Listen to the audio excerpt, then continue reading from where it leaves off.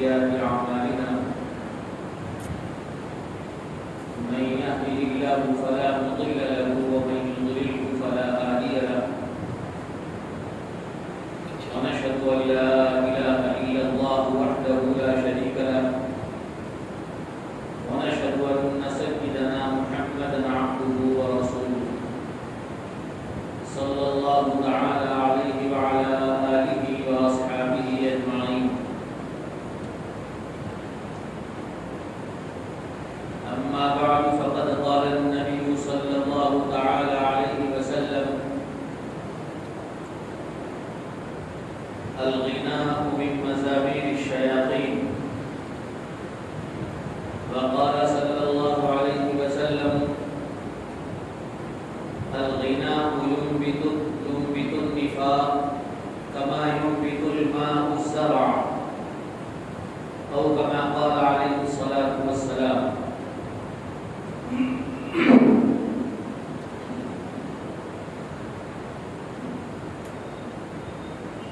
محترم سامعین اکرام، عزیز بزرگان دین،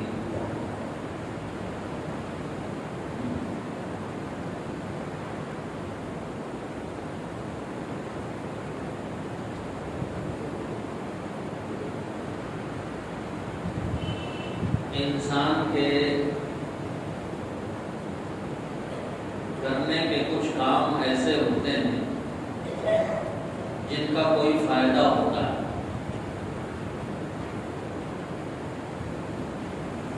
فائدے مند کام انسان کرتا ہے،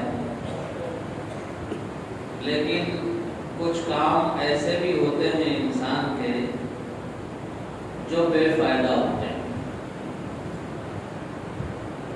اللہ تعالیٰ نے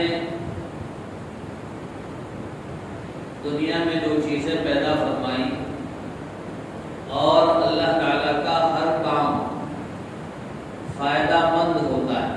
دنیا کی ہر چیز مفید ہے، اور اللہ تعالیٰ کا ہر حکم بھی اور ہر کام بھی مفید ہوتا ہے. انبیاء اکرام علیہ السلام کی یہ خصوصیت ہوتی ہے کہ وہ مفید کام کرتے تھے، لا یعنی اور بیکار کاموں کے پیچھے نہیں پڑتے تھے. جو چیز نفع بخش ہو،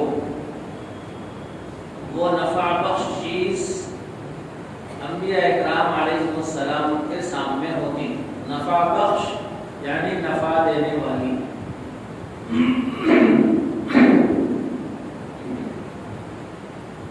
قرآن مجید نے اس کی ایک مثال بیان فرمائی،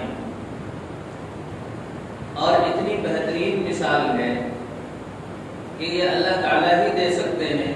اللہ تعالیٰ کے علاوہ انسانوں کے ذہن میں یہ آ نہیں سکتی. اللہ تعالیٰ فرماتے ہیں: فَأَمَّا الزَّبَدُ فَيَذْهَبُ جُفَاءً وَأَمَّا مَا يَنفَعُ النَّاسَ فَيَمْكُثُ فِي الْأَرْضِ. زبد عربی زبان میں جھاگ کو کہتے ہیں، کف. جیسے صابن کا کف ہوتا ہے، سرف کا کف ہوتا ہے، شیمپو کا کف ہوتا ہے، ایسے ہی سمندر کا بھی کف ہوتا ہے. سمندر کے کنارے جب پانی ٹکراتا ہے، لہریں آتی ہیں، تو لہریں ایک دوسرے سے ٹکرا کے کف بنتا ہے، چھاگ بنتا ہے. آج بھی اتنی ٹیکنالوجی کی ترقی کے باوجود سمندری جھاگ یا اور کوئی جھاگ، اس کو کوئی جمع نہیں کرتا، اس سے کوئی فائدہ نہیں اٹھاتا. پانی کے جو بلبلے ہوتے ہیں، وہ بلبلے کوئی کام کے نہیں ہوتے. بس ایسے ہی بلبلے نکلے اور ختم ہو گئے، چھاگ آیا اور ختم ہو گیا. تو اللہ تعالیٰ فرما رہے ہیں کہ جو چیز نفع دینے والی نہیں ہے، اس کی مثال جھاگ کی ہے. جھاگ تو ختم ہو جائے گا، کف تو ختم ہو جائے گا، اس کو ختم ہونا اتنا ہی ہے، البتہ جو چیز نفع دینے والی ہے وہ نفع دینے والی چیز باقی رہتی ہے، فَيَمْكُثُ فِي الْأَرْضِ، نفع دینے والی چیز باقی رہتی ہے۔ جو بے نفع ہے، فائدہ مند نہیں ہے، بیکار ہے، وہ باقی نہیں رہتی۔ جو جتنی مفید ہوتی ہے وہ اتنی ہی پائیدار ہوتی ہے، جو جتنی مفید ہوتی ہے اتنی ہی پائیدار، انسانوں میں بھی، اور انسان جن چیزوں کو استعمال کرتا ہے ان کو بھی دیکھ لیجیے، جو چیز جتنی مفید ہوتی ہے وہ اتنی زیادہ دن تک رہتی ہے، اور جو کم مفید ہے یا پھر بیکار ہے وہ زیادہ دن تک باقی نہیں رہتی۔ گھاس پھوس سے انسان گھاس کا استعمال نہیں کرتا ہے، جانور کرتے ہیں گھاس کا استعمال، تو انسان کے لیے گھاس کا استعمال مفید نہیں ہے، لیکن جانوروں کے لیے یہ مفید ہے۔ تو جہاں انسان ہوتے ہیں وہاں پر گھاس پھوس زیادہ نہیں ہوتا ہے، کہیں کوئی گارڈن میں رکھ لے تو رکھ لے، چہل قدمی وغیرہ کی نیت سے، کچھ واکنگ کرنے کی نیت سے رکھنا چاہتا ہے تو رکھ لیتا ہے، ورنہ اپنے گھر میں اگر کہیں گھاس اگ جائے تو پھر وہ اپنے گھر کی چار دیواری میں یا اپنے بیڈ روم میں گھاس اگر دیوار سے نکل جائے تو اس کو رکھنا نہیں چاہتا۔ کیوں نہیں رکھنا چاہتا؟ اس لیے کہ اس کے لیے فائدہ مند نہیں ہے، وہ مفید نہیں ہے۔ جو چیز مفید ہوتی ہے وہ باقی رہتی ہے، اور جو چیز مفید نہیں ہوتی ہے وہ ختم ہو جاتی ہے، برقرار نہیں رہتی۔ حدیث پاک میں اللہ کے نبی علیہ السلام نے ارشاد فرمایا، لوگوں کی مثال دیتے ہوئے، اور فرمایا کہ سب سے بہترین لوگ کون ہیں؟ یہ نہیں کہا کہ سب سے بہترین مسلمان کون ہے، اللہ کے نبی نے کہا سب سے بہترین انسان کون ہے؟ فرمایا خیر الناس من ينفع الناس، بہترین آدمی وہ ہے جو لوگوں کو فائدہ پہنچائے، کسی بھی طریقے کا فائدہ ہو، وہ بہترین آدمی ہے، چاہے اس کا مذہب کوئی بھی ہو، لیکن وہ انسانوں کو فائدہ پہنچاتا ہے، انسانوں کے دکھ درد میں شریک ہوتا ہے، انسانوں کے کام آتا ہے، تو وہ بہترین آدمی۔ بہترین آدمی اللہ کے نبی علیہ السلام نے فرمایا کہ من ينفع الناس، لوگوں کو نفع پہنچانے والا، یعنی مفید جو ہے وہ بہترین ہے، جو فائدہ دینے والا ہے وہ بہترین ہے، اور جو فائدہ دینے والا نہیں ہے وہ کام کے قابل نہیں، وہ بہترین نہیں ہو سکتا، وہ اللہ کی نظر میں اس کی کوئی وقعت نہیں۔ ایسے ہی انسان جو کام کرتا ہے وہ کام کرنے میں بھی کچھ کام مفید ہوتے ہیں اور کچھ کام غیر مفید ہوتے ہیں، فائدہ نہیں دیتے، لا یعنی ہوتے ہیں، بیکار ہوتے ہیں۔ اللہ کے نبی علیہ السلام نے یہ بھی ارشاد فرمایا کہ ایک آدمی کی شان یہ ہے، ایک مسلمان کی شان یہ ہے کہ وہ لا یعنی کاموں سے بچتا ہے۔ من حسن اسلام المرء ترکہ ما لا یعنی، اللہ کے نبی علیہ السلام ارشاد فرماتے ہیں کہ یہ ایک مسلمان مرد کی اچھائی یہ ہے کہ وہ لا یعنی کاموں میں نہیں پڑتا، وہ لا یعنی بیکار چیزوں سے دور رہتا ہے، بیکار کاموں سے، بیکار باتوں سے، بیکار وقت گزاری سے، ان چیزوں سے وہ بچتا رہتا ہے، دور رہتا ہے۔ اور یہ کس کی شان ہے؟ ایک مومن کی شان ہے، ایک مسلمان کی شان۔ تو اللہ رب العزت نے دنیا کے اندر جو مفید ہے، جو فائدہ مند ہے، اس کی قدر کی ہے، اور جو فائدہ مند نہیں ہے وہ اللہ کی نظر میں وہ مفید نہیں ہے، اس کا کوئی وقعت نہیں ہے، اس کی کوئی اہمیت نہیں۔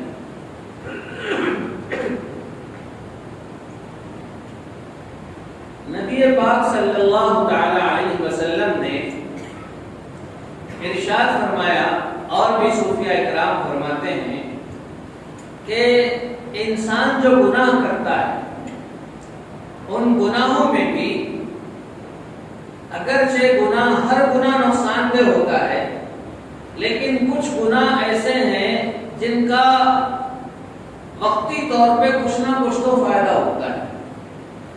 جیسے چوری ہے، کسی آدمی نے اگر چوری کر لی، گناہ ہے چوری کرنا، لیکن چوری کرنے سے جس سامان کی وہ چوری کر رہا ہے وہ سامان تو اس کو ہاتھ لگے گا، اگرچہ حرام طریقے سے لگ رہا ہے، لیکن وقتی طور پہ اس کو وہ سامان تو مل رہا ہے، پیسے اس کو مل رہے ہیں. اگر بھوک لگی تھی تو کھانا تو اس کا پیٹ تو اس کا بھر رہا ہے، 4 پیسے مل گئے، اس نے کھانا کھا لیا جا کے ہوٹل میں، پیٹ تو بھر گیا، اگرچہ وہ حرام کے پیسے تھے. تو کچھ گناہ ایسے ہوتے ہیں جو اگرچہ گناہ ہیں لیکن وقتی طور پہ اس کا فائدہ ہوتا ہے، کچھ دیر کے لیے وہ فائدہ مند ہوتے ہیں. یہ گناہ بھی حلال نہیں ہے، یہ گناہ بھی جائز نہیں ہے، یہ گناہ حرام ہی ہے، چاہے وہ مفید ہو چاہے کچھ بھی ہو. لیکن کچھ گناہ ایسے ہوتے ہیں کہ جن کے اندر انسان کا کوئی فائدہ نہیں ہوتا، کوئی فائدہ نہیں. چوری کرے گا ٹھیک ہے، کچھ دیر کے لیے اسے اس کے پاس پیسے آ جائیں گے، اور کوئی گناہ کرے گا وقتی طور پہ اس کو لذت مل جائے گی. لیکن کچھ گناہ ایسے ہیں جس کے کرنے پر انسان کو کچھ بھی لذت نہیں ملتی، کچھ بھی لذت نہیں، کوئی فائدہ نہیں، کوئی فائدہ نہیں. جیسے غیبت ہے، انسان غیبت کرتا ہے، کیا فائدہ ملتا ہے غیبت کرنے سے؟ غیبت کرنے سے کوئی فائدہ ہوتا ہے؟ کچھ بھی نہیں. نہ اس سے پیسے ملتے ہیں، نہ پیٹ بھرتا ہے، نہ لذت ملتی ہے، کچھ نہیں ہوتا. ایسے ہی حضرت مفتی شفیع صاحب رحمۃ اللہ علیہ نے گناہ بے لذت کے نام سے کتاب لکھی، ایک چھوٹا سا رسالہ ہے. ایسے گناہ جن کا کوئی فائدہ ہی نہیں، یعنی جس کا کوئی مزہ ہی نہیں، وہ بھی انسان کرتا رہتا ہے. ان گناہوں کی ایک لسٹ اس کے اندر بیان کی. اس میں گناہ یہ بھی ہے کہ انسان ٹخنوں سے نیچے پائجامہ رکھتا ہے، ٹخنوں سے نیچے انسان پائجامہ رکھتا ہے. اس کا کیا مزہ ہے؟ کوئی مزہ نہیں، کوئی فائدہ نہیں. پینٹ رکھ لو، چاہے لنگی رکھ لو، چاہے پائجامہ رکھ لو، ٹخنوں سے نیچے اگر رکھیں گے تو کوئی اس کا مزہ نہیں ہے. چوری کرنے کا کچھ مزہ ہے اپنی جگہ، ٹھیک ہے، پیسے آ جائیں گے، اور دوسرے گناہ کرنے کے اپنے اپنے مزے ہیں، وقتی طور پہ چلو تھوڑی دیر کے لیے لذت مل جائے گی، لیکن اس کی کوئی لذت نہیں ہے، اس کا کوئی مزہ نہیں ہے. تو انسان کو جو لا یعنی کام ہے اور جو لا یعنی باتیں ہیں، بیکار چیزیں ہیں، پہلی بات تو یہ کہ وہ لا یعنی اور بیکار چیزوں سے اس انسان کو روکا گیا. اور اگر وہی انسان لا یعنی گناہوں میں اگر پڑ جائے، ایک تو یہ کہ وہ گناہ، اور دوسرے یہ کہ اس گناہ کا کوئی مزہ ہی نہیں، اس گناہ کا کوئی فائدہ ہی نہیں، تو وہ دو مرتبہ خسارے کے اندر، وہ دو مرتبہ دھوکہ کھایا ہوا ہے. کہ ایک تو یہ کہ وہ وقت ضائع کر رہا ہے، بیکار چیز میں پڑا ہوا ہے، کچھ اس کو فائدہ حاصل نہیں، اور دوسرے یہ کہ گناہ کر رہا ہے. ایک تو گناہ کا نقصان اور دوسرے لا یعنی کام میں پڑنے کا نقصان. تو اللہ کے نبی علیہ السلام نے ارشاد فرمایا کہ مومن کی شان یہ ہے کہ وہ لا یعنی کاموں میں نہیں پڑتا. نبی اکرم صلی اللہ تعالی علیہ وسلم نے بھی صحابہ اکرام کو لا یعنی کاموں سے بچایا ہے، بیکار کاموں سے بچایا ہے. آج کل کے گناہوں میں بہت سے گناہ عام ہو گئے ہیں، لیکن اس گناہ کے ساتھ ان گناہوں کے اندر ایک گناہ ایسا ہے جو ہمارے مسلمانوں کے درمیان بہت عام ہو گیا، اور وہ اتنا عام ہو گیا کہ اس کے گناہ ہونے کی کیفیت یا گناہ ہونے کا احساس بھی ہمارے دل سے نکل گیا. ہم اس کو گناہ بھی نہیں سمجھتے. لوگ کر رہے ہیں، کوئی غفلت میں کر رہا ہے، کوئی جان بوجھ کے کر رہا ہے، اور کسی کے دل میں یہ خیال بھی نہیں ہے کہ یہ غلط ہے، یہ گناہ ہے، خیال بھی نہیں آتا. لوگ کرتے جا رہے ہیں، کر رہے ہیں بہت سے لوگ. اور یہ عام ہونے کی وجہ اتنا عام کر دیا گیا ہے کہ لوگ اس میں ملوث ہیں، چاہتے ہوئے بھی اور نہ چاہتے ہوئے بھی۔ وہ کون سا گناہ ہے جس میں لوگ ملوث ہیں، خاص طور سے مسلمان یا پھر دوسرے بھی؟ میرے دوستو، وہ ہے گناہ میوزک کا، وہ گناہ ہے موسیقی کا، وہ گناہ ہے گانے باجے کا، وہ گناہ ہے طبلہ اور سارنگی کا، وہ گناہ ہے ڈھول باجے کا، جس کے اندر مسلمان اتنا ملوث ہو گئے کہ انہیں احساس تک نہیں ہے کہ یہ گناہ ہے، خیال تک نہیں جاتا کہ یہ گناہ ہے۔ کوئی اسٹیج پہ کھڑے ہو کے ناچ گانا کر رہا ہے، کوئی اپنے موبائل کے اندر کر رہا ہے، کوئی اپنے گھر میں لگی ہوئی ٹی وی کے اوپر دیکھ رہا ہے، سن رہا ہے، صبح شام اسی میں گزر رہے ہیں، کوئی کام چل رہا ہے۔ اگر کوئی چھوٹا موٹا آدمی ہے، کوئی چھوٹا موٹا کاروبار کر رہا ہے، کاروبار کرتے ہوئے اس نے ایک موبائل لے لیا اور اس موبائل کے اندر MP3 میں گانے لگا دیے یا YouTube پہ گانے لگا دیے، ادھر گانے چل رہے ہیں، ادھر کاروبار چل رہا ہے، اور کسی کے ذہن میں یہ نہیں جاتا کہ یہ گناہ کر رہا ہے، کسی کے ذہن میں کسی کا خیال بھی نہیں ہوتا۔ ہوٹل کی اوپننگ ہو رہی ہے، اناگریشن ہے، اور کسی جگہ کا یا کوئی چیز کا اناگریشن ہے، زور زور سے لوگ گانے لگا دیتے ہیں، اور لگانے کے بعد انہیں احساس تک نہیں ہوتا کہ ہم حلال کاروبار کے لیے حرام سے آغاز کر رہے ہیں۔ کاروبار کیا ہے؟ کوئی حلال، دل میں نیت یہ ہوتی ہے کہ حلال کاروبار کیا جائے، آمدنی حلال ہونی چاہیے، اور اس کا آغاز کیسے ہو رہا ہے؟ کہ آغاز ہو رہا ہے گانے کے ذریعے، گانے لگا دیے اور بڑے DJ لگا دیا اور چھوڑ دیا۔ لوگوں کو تکلیف ہوتی ہے، جو پریشان ہوتا ہے، ہمیں اس سے کوئی مطلب نہیں۔ بارات جا رہی ہے، باجے بج رہے ہیں، رات کے 2 بجے 3 بجے، دو زور کے تماشے ہو رہے ہیں، پٹاخے پھوڑے جا رہے ہیں، اور گھروں میں سونے والوں کی نیندیں حرام ہیں۔ کوئی پرواہ نہیں ہے ہمارے مسلمانوں، کوئی پرواہ نہیں، ہمیں فکر ہی نہیں ہے اس بات کی کہ کوئی مرتا ہے تو مرے، کوئی بیمار ہوتا ہے تو کسی کی نیند خراب ہوتی ہے تو خراب ہو جائے، ہمیں اس کی کوئی پرواہ نہیں، بس ہمیں جشن کرنا ہے اور ہمیں انجوائے کرنا ہے۔ نعوذ باللہ۔ اللہ کے نبی علیہ السلام نے ارشاد فرمایا کہ الغنا من مزامیر الشیاطین، غنا گانا شیطان کے آلات میں سے ایک آلات۔ مزامیر کہتے ہیں، مزمار کہتے ہیں کہ وہ آلہ جس سے گانا گایا جائے، جس کے اندر آواز بجائی جائے، جیسے انسٹرومنٹ جو بھی ہوتے ہیں اس کے، پیانو ہو، چاہے وہ سارنگی ہو، چاہے ڈھول ہو، طبلہ ہو، یہ سارے مزمار کے اندر آتے ہیں۔ تو اس مزمار شیاطین کے مزمار، شیاطین کے آلات میں سے ہے گانا، اور اللہ کے نبی علیہ السلام نے ارشاد فرمایا الغنا ینبت النفاق، غنا نفاق کو پیدا کرتا ہے، دل کے اندر غنا یعنی گانے سے دل کے اندر نفاق پیدا ہوتا ہے۔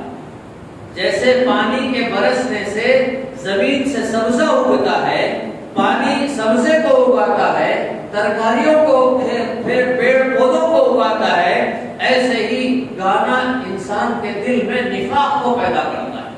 اللہ کے نبی علیہ السلام نے، حضرت نافع رحمت اللہ علیہ بہت بڑے تابعی ہیں، وہ بیان کرتے ہیں کہ میں ایک مرتبہ حضرت عبداللہ ابن عمر رضی اللہ عنہما کے ساتھ جا رہا تھا، تو راستے میں بانسری کی آواز آئی، بانسری جس کو کہتے ہیں، ایک لکڑی کے اندر اس کو سوراخ کر کے لوگ بجاتے ہیں، تو ایسے ہی بازار میں یا کہیں حضرت عبداللہ ابن عمر رضی اللہ عنہما کو آواز آئی۔ حضرت نافع تابعی ہیں، ساتھ میں تھے، تو حضرت عبداللہ ابن عمر رضی اللہ تعالیٰ عنہ نے اس آواز کے سننے کے بعد اپنی دونوں انگلیاں کان میں لگا لی، کان میں ٹھوس لی، بند کر لیے کان، اور اس کے بعد آگے بڑھنے لگے. کچھ دور بڑھ گئے تو پوچھا نافع کیا آواز ابھی بھی آ رہی ہے؟ تو انہوں نے کہا نہیں. تو جب آواز بند ہو گئی یا اس آواز سے دور ہو گئے تب حضرت عبداللہ ابن عمر نے وہ اپنی انگلیاں نکالی اور حضرت نافع سے کہا نافع بتاؤ میں نے ایسا کیوں کیا، میں نے ایسا کیوں کیا؟ تو حضرت نافع نے پوچھا بتائیے آپ نے ایسا کیوں کیا؟ تو حضرت عبداللہ ابن عمر نے فرمایا کہ میں ایک مرتبہ رسول اکرم صلی اللہ تعالی علیہ وسلم کے ساتھ جا رہا تھا، وہاں پر بھی اس وقت بھی ایسی ہی آواز آئی تو حضرت محمد رسول اللہ صلی اللہ علیہ وسلم نے اس آواز کے سنتے ہی اپنے انگلیاں کانوں میں رکھ لی، کان بند کر لیے تھے. پھر کچھ دور گئے، پھر انہوں نے اللہ کے رسول نے مجھ سے پوچھا ابن عمر عبداللہ کیا وہ آواز بند ہو گئی؟ تو کہا ہاں بند ہو گئی. پھر اس کے بعد حضرت عبداللہ ابن عمر رضی اللہ تعالی عنہما فرماتے ہیں کہ یہ بانسری کی آواز اللہ کے نبی علیہ الصلوۃ والسلام کو بالکل پسند ہے. لعنت ہے اسی آواز پہ، اللہ کے نبی نے لعنت فرمائی. ایک حدیث پاک میں ہے کہ قیامت کے قریب ناچنے اور گانے والیوں اور گانے والے ان کے بول لگیں گے، ان کی قیمت طے ہوگی اور یہ عام ہو جائیں گے، ان کے آلات عام ہو جائیں گے. اللہ کے نبی نے فرمایا کہ جب یہ عام ہو جائے تو پھر اللہ کی طرف سے سرخ آندھی کا انتظار کرو، اللہ کی طرف سے عذاب کا انتظار کرو، انسانوں کے چہروں کو مسخ کیے جانے کا، بلکہ ایک حدیث میں یہاں تک الفاظ ہیں بندر اور سور بنائے جانے کا انتظار کرو جب یہ چیزیں عام ہو جائیں. اتنی سخت وعید اللہ کے نبی علیہ الصلوۃ والسلام نے ان چیزوں پر بیان فرمائی.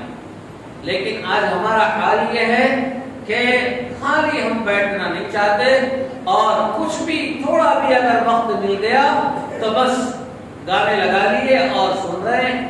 آج کل ہیڈ فون آ گیا اور ہیڈ فون مائک میں بلوٹوتھ ہے اور نہ جانے کیا کیا چیزیں ہیں، کان میں لگا لیا، گاڑی چلا رہے ہیں اور گانا چل رہا ہے، گھر میں بیٹھے ہوئے ہیں گانا چل رہا ہے، گھر میں عورتیں کھانا پکاتے ہوئے، گھر میں عورتیں کام کاج کرتے ہوئے، کپڑے دھوتے ہوئے، برتن دھوتے ہوئے دل نہیں لگتا، ادھر موبائل میں گانے آن کر دیے، آواز سے گانے لگا دیے اور کام چل رہا ہے. میرے دوستو یہ امت کس طرف بھٹک رہی ہے. آج ہمارے دلوں سے اس کا احساس مٹ گیا ہے کہ گانے گناہ ہیں، میوزک گناہ ہے، یہ اس کا احساس ہی ہمارے اندر سے مٹ گیا. میرے دوستو دل کے اندر نفاق کا جو پیدا ہونا ہے، گانے جتنا سنیں گے دل اتنا ہی سخت ہوتا جائے گا، دل کے اندر نفاق پیدا ہوتا جائے گا. نفاق کا کیا مطلب؟ نفاق کا مطلب ہوتا ہے کہ سامنے ایک اور اندر ایک اور باہر ایک. اگر اس کی کھلی کھلی مثال دی جائے تو نفاق کا مطلب ہے جھوٹ، یعنی اندر ایک ہے سامنے ایک ہے.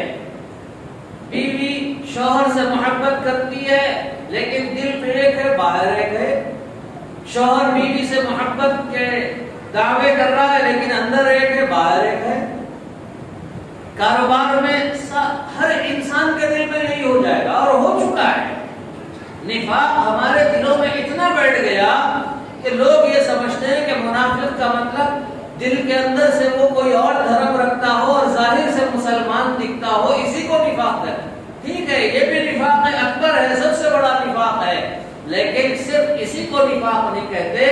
نفاق ہر اس چیز کا نام ہے کہ دل میں ایک رکھا اور باہر ظاہر ایک کیا.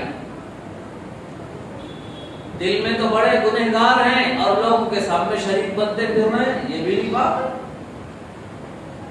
بیوی سے محبت نہیں ہے، باہر منہ مار رہے ہیں، باہر کسی اور سے تعلقات ہیں، یہ بھی نفاق ہے. بیوی کسی اور سے بات کر رہی ہے اور ادھر شوہر سے محبت کے دعوے کر رہی ہے، یہ بھی نفاق ہے. دوستیوں کے اندر نفاق ہے، دوستوں میں نفاق ہے. میرے دوستو یاد رکھیے اس کی وجہ کیا ہے کہ ہمارے دل اتنے بگڑ گئے. ہمارے دل اس لیے بگڑ گئے کہ ہم نے شیاطین کے آلات کو اپنا لیا ہے. شیاطین کے جو کام ہے وہ کام ہم نے اپنا لیے۔ میرے دوستو، گانے ذرا سوچئے کہ ابھی میں نے آپ کے سامنے بیان کیا کہ مفید کام جو ہوتا ہے، ٹھیک ہے اگر آدمی گناہ بھی کرے لیکن اس سے وقتی طور پہ کچھ فائدہ مل جائے تو ایک معنوں میں چلو ٹھیک ہے، وہ بھی اگرچہ گناہ ہے لیکن تھوڑا بہت تو فائدہ ہو رہا ہے۔ لیکن گانے سننے میں کیا فائدہ ہے؟ گانے سننے کے اندر کیا لذت آتی ہے یا کیا ملتا ہے؟ ہاں، لذت اس کو آتی ہے جس کا دل شیطان کے ساتھ ملوث ہو چکا ہو۔ لذت اور مزہ اس کو حاصل ہوتا ہے جس کو دنیاوی چیزوں سے محبت ہونے لگی ہو، اور اگر دنیاوی چیزوں سے محبت نہیں ہے تو انہیں گانوں سے نفرت ہو جائے۔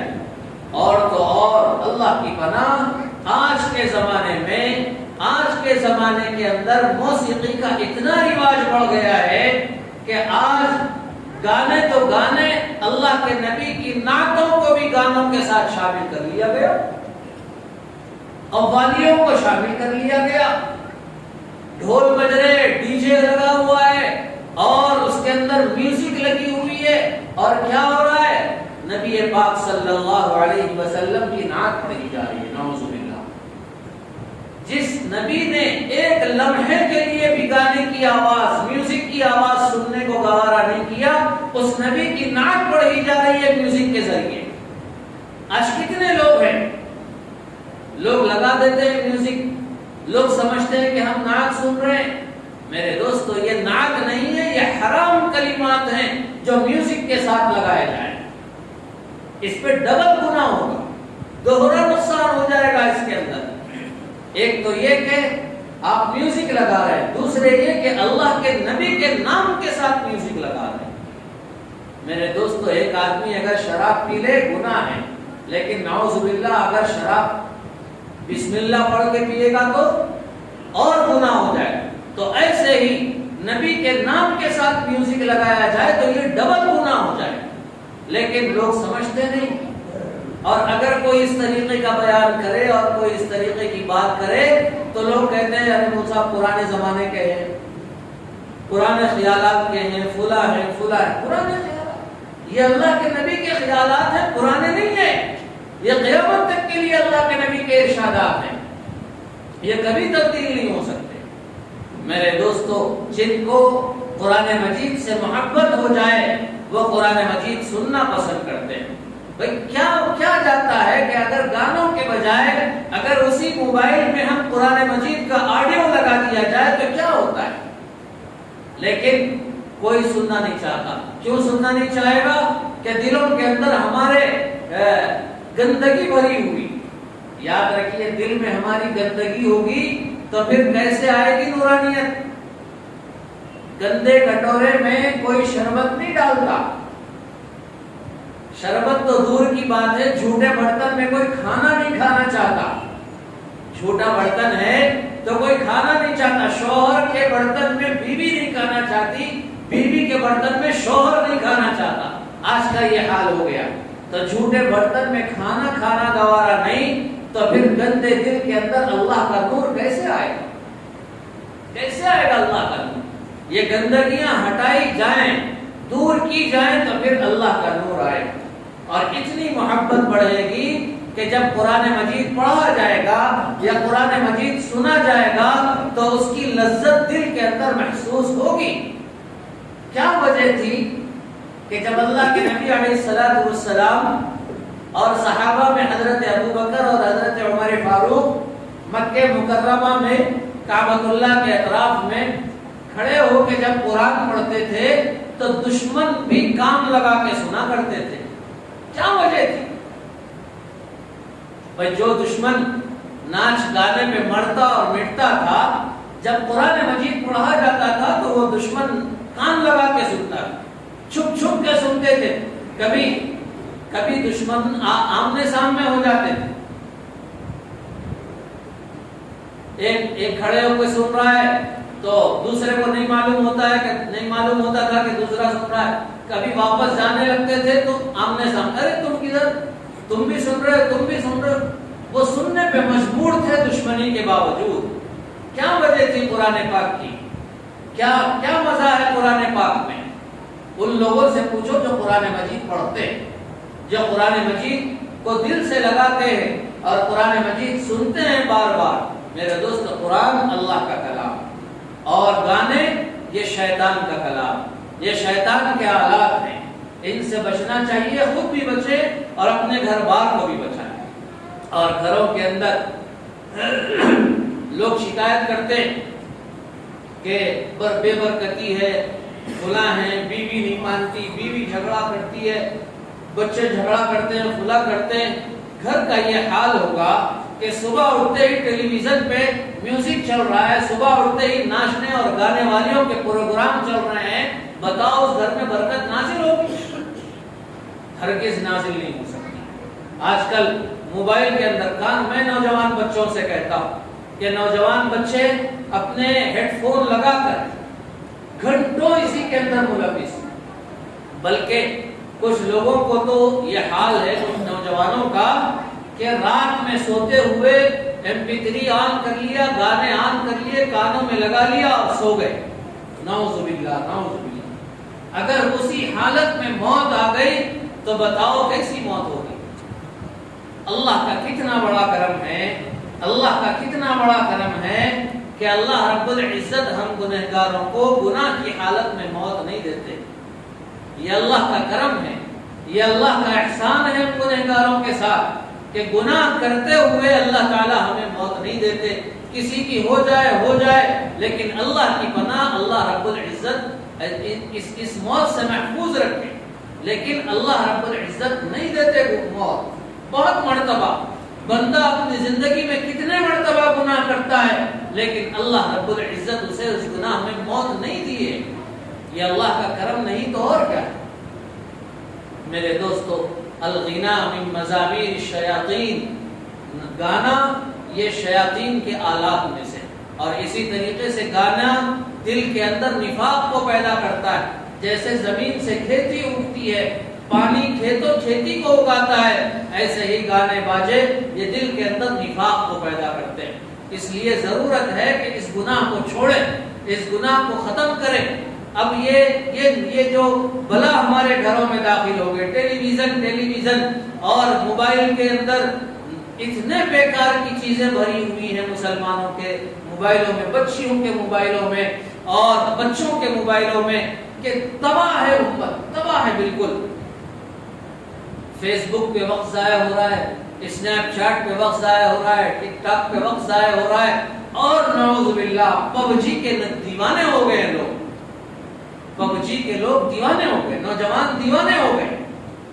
ان سے اگر فون چھین لیا جائے تو وہ باپ سے لڑنے کے لیے تیار، لیکن PUBG چھوڑنے کے لیے تیار نہیں۔ کون ہے اس کے ذمہ دار؟ والدین۔ ہم نے بچپن میں انہیں تربیت نہیں دی، بچپن میں انہیں دین نہیں سکھایا، بچپن میں کنٹرول نہیں کیا، بڑے ہو گئے تو وہ اب آزاد ہو گئے اور وہ اب خود کی زندگی جینا چاہتے ہیں اور نہ جانے کیا کیا حالات پیدا ہو رہے ہیں۔ میرے دوستو، کنٹرول کیجئے، اس سے پہلے کہ برے وقت آ جائے۔ ہمیں اپنے گھروں پہ کنٹرول کرنے کی ضرورت ہے، اپنے بچوں پہ کنٹرول کرنے کی ضرورت ہے۔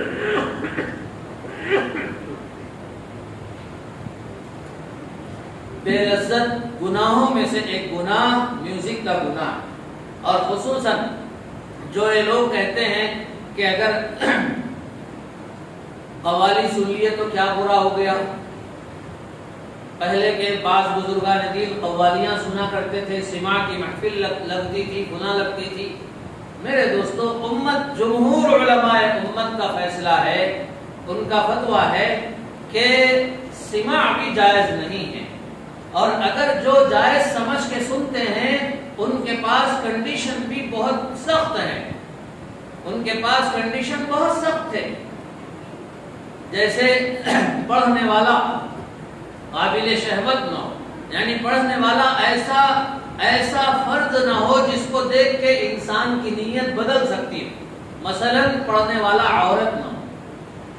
آج کل عورتیں نعتیں پڑھ رہی ہیں، آپ یوٹیوب اٹھا کے دیکھیے، ہزاروں لڑکیاں بن سنور کے ٹھہری ہوئی ہیں اور کیا کر رہی ہے؟ نعتیں پڑھ رہی ہیں۔ یہ کون سا دین ہے نعتیں پڑھنے کا؟ اللہ کے نبی علیہ السلام کی نعتیں پڑھی جا رہی ہیں، اور وہ بھی فیشن کے ساتھ، اپنا چہرہ دکھا کر اور بے پردگی کے ساتھ۔ یہ دین نہیں ہے، یہ دین کو بدنام کرنے اور دین کو تبدیل کرنے کی سازش۔ ان سے بچے۔ یہ جو لڑکیاں نعتیں پڑھ رہی ہیں، ان کو بائیکاٹ کیجیے، ان کے ویڈیوز کو ڈس لائک کیجیے، ان کو دیکھنے کی بھی ضرورت نہیں۔ ان سے بچیے اور اپنے بچوں کو بھی بچائیے۔